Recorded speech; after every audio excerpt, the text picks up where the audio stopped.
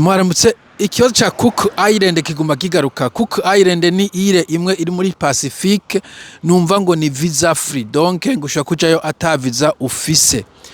Mu vy'ukuri nashaka ndababwire ko visa free ari kubanza ugatohoza. Ikintu ca mbere utohoza visa free ushitseyo so what, kubera kenshi na kenshi visa free na hantu ugenda ugaca uvisita ugaca utaha, abari imisi 30 canke ibasha gushika 90 mu bihugu bimwe bimwe ntabari visa iri permanente. Okay? Alors visa free mu isanzwe bayishizeho kugira ngo abaturiste baje gutembera mu bihugu ibi canke biriya, ntabwo ari visa yo kuja kurondera akazi, ntabwo ari visa yo kuja kubayo. Nuguca wazero nshitseyo nzoca nkora iki, hanyuma visa iheze nzoca nkora iki, ivyo ubanza kubitohoza. Mugaba hanini ndaza abantu bacavuga ngo zoshika ni declara nibiki bon, ivyo navyo iyo bazi kuri umuntu ufise chance yuko wideclara ntabwo bakurika ngo winjire. Kuvuga ngo ni visa free, kuvuga ngo ni free entry. Ushitse kuri border barakubaza ugiye he, uzanywe niki, twere kuja kuvisita, babonye batari convinced bagusubiza inyuma. Icya kabiri ariko naco gikomeye cyane, ayo maire mato nka za Cook Island nyene usanga hari indege imwe gusa ijayo ivuye kuri aeroport imwe runaka yo mu gihugu bihana urubibe. Cook Island nibaza ko ari Auckland, New Zealand. Urabe ko hariho iyindi ndege nimwe ija muri Cook Island idaciye kuri Auckland. Uyibonye urabe ahica nimbica muri Australia. Ica muri Australia canke muri New Zealand ubanza gusaba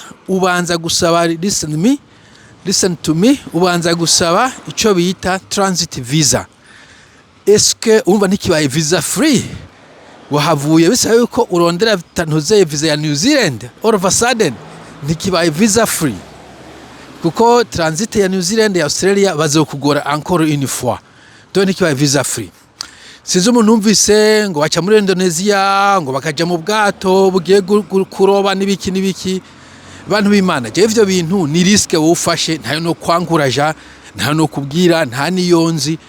Mugabo en réalité iyo ica yitwa fraude, uri gukora n'igipenyi n'abapenjeri bo bashoye kugushikana, bashoye kutagushikana. Ivyo ntavyo noja nga kuri televiziyo ngo ntangure kubabwira ngo genda muce muri Indonesia ngo muhe umufishamene ngo abanyegeze mu bwato mu mifuko y'amafi. Ivyo bigize it's at your own risk and peril, ntabwo ari je ndi ngaha ngo ndakwankuraje.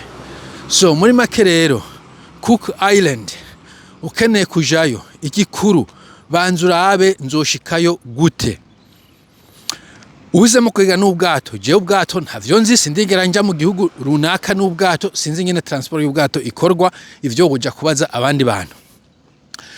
Uvuze uti nzogera n'indege, curaba indege zaterisa kuri iyo island. Izo ndege ziba zivuye hehe, kuko sandute nta ndege ivi Burundi ngo igende straight muri Cook Island. Laba escale yegereye niyihe, usha gusanga iri muri Australia, iri muri New Zealand.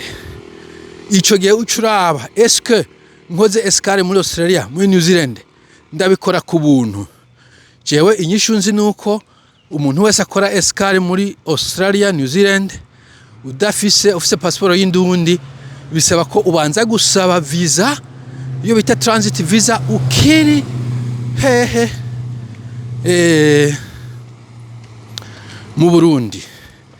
Jewe nageze kugerageza ngifise passport y'indundi ngo nkore escale yo muri Australia, baranyankiye ya ngo mbanze sabe visa. Ico gihe d'ailleurs nari Dubai, barambwira ati no, we nturi indege ija muri Australia kubera ntufise transit visa. Ni fine, nca kata nca muri Thailand kuko nta transit visa basaba. Aho nuko nari mfise option, uja mu gihugu kinini urashobora kubona option, mwaja muri Island usanga option ari imwe gusa. Ndabisubiremo nkuko na mu Burundi ujayo uza gufata Uganda, Ethiopia na Rwanda, kumbere na Kenya.